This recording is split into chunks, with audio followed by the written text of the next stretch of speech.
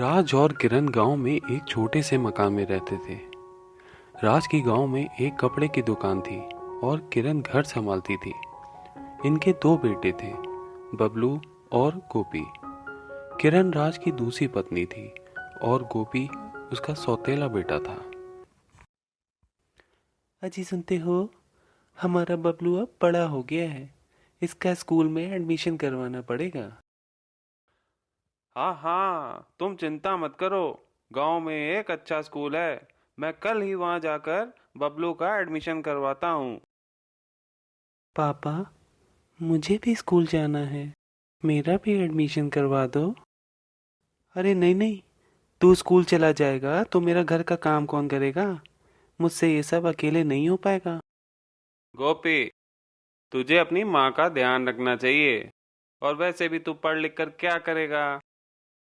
अपने पापा की बात सुनकर गोपी उदास हो जाता है। किरण अपने बेटे बबलू और गोपी में बहुत भेदभाव करती थी। वो बबलू को बिस्तर पर सुलाती और गोपी को जमीन पर।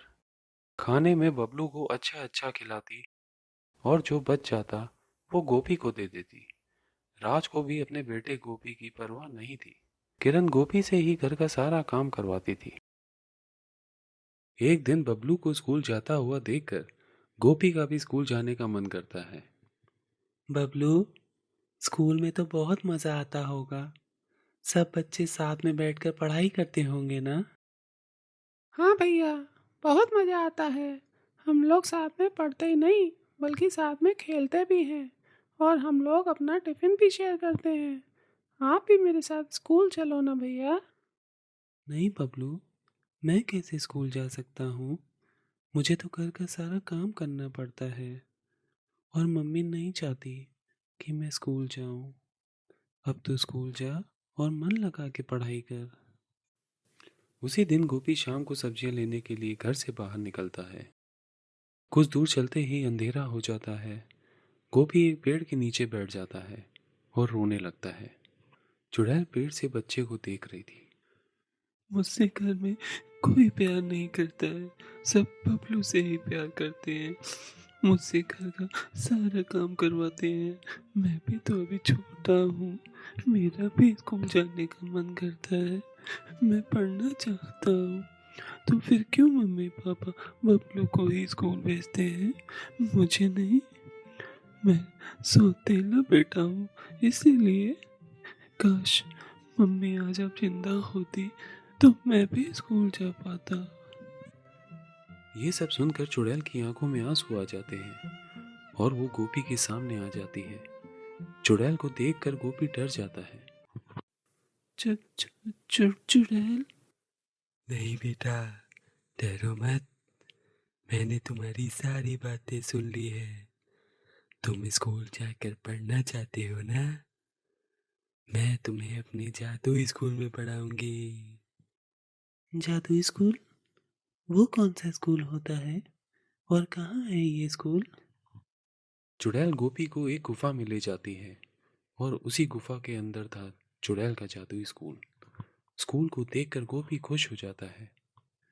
जैसे ही गोपी क्लास के अंदर जाता है तो वो देखता है उस क्लास में सारे बच्चे भूत थे और उनकी टीचर भी एक चुड़ैल थी। ये सब देखकर गोपी डर जाता है। बेटा, डरो नहीं। ये सब बहुत अच्छे हैं। ये तुम्हें बिल्कुल परेशान नहीं करेंगे। वो तो एक बार सारे स्कूल वाले पिकनिक मनाने बस से जा रहे थे। तभी उस बस का एक्सीडेंट हो गया और सब मर गए और वो सब भूत बन गए। बच्चों को पढ़ता हुआ देखकर गोपी को बहुत अच्छा लगता है, पर वो उदास हो जाता है। चुड़ैल आंटी, मैं स्कूल नहीं आ पाऊंगा। मुझे दिन भर घर पे काम करना पड़ता है। मम्मी मुझे स्कूल नहीं जाने देगी। कोई बात नहीं गोपी बेटा। मेरा ये जादुई स्कूल रात को 11 बजे खुलता है। तब तक तो तुम्हारे घर के सारे काम भी पूरे हो जाएंगे। अब तुम घर जाओ, तुम्हें देर हो रही होगी। और हाँ, रात को स्कूल जरूर आना। आज मेरी माँ होती तो वो भी मेरा ऐसे ही ध्यान रखती जैसे आप रख रही हैं।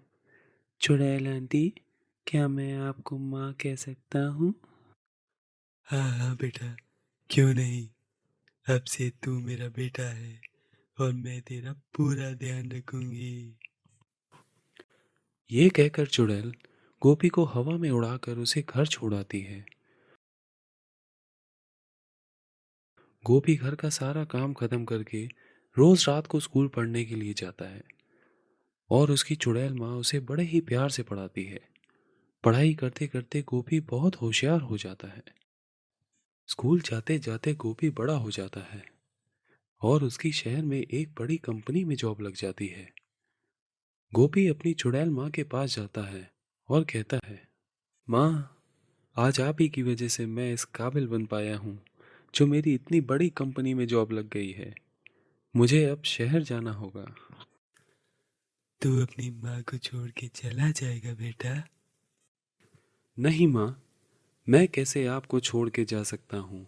आप ही ने तो मुझे अपने जादुई स्कूल में पढ़ा लिखा कर इस काबिल बनाया है कि आज मुझे एक अच्छी नौकरी मिल गई है और मैं हमेशा के लिए थोड़ी न जा रहा हूँ। बस कुछ दिनों में वापस आ जाऊंगा। ये कहकर गोपी शहर चला जाता है और वहाँ अच्छे से सेटल हो जाता है। काम करते करते उसे बहुत दिन बीत जाते हैं। बहुत दिनों तक गोपी के ना लौटने से चुड़ैल उदास हो जाती है। कहाँ चला गया है मेरा गोपी बेटा? कुछ दिन के लिए बोल के गया था, इतने दिन हो गए हैं अभी तक नहीं आया। कहीं मुझे भूल तो नहीं गया? तभी उसे आवाज आती है, माँ, माँ। आवाज सुनते ही चुड़ैल देखती है, उसका बेटा गोपी उसके सामने खड़ा था। चुड़ैल खुशी के मारे उसे गले से लगा लेती है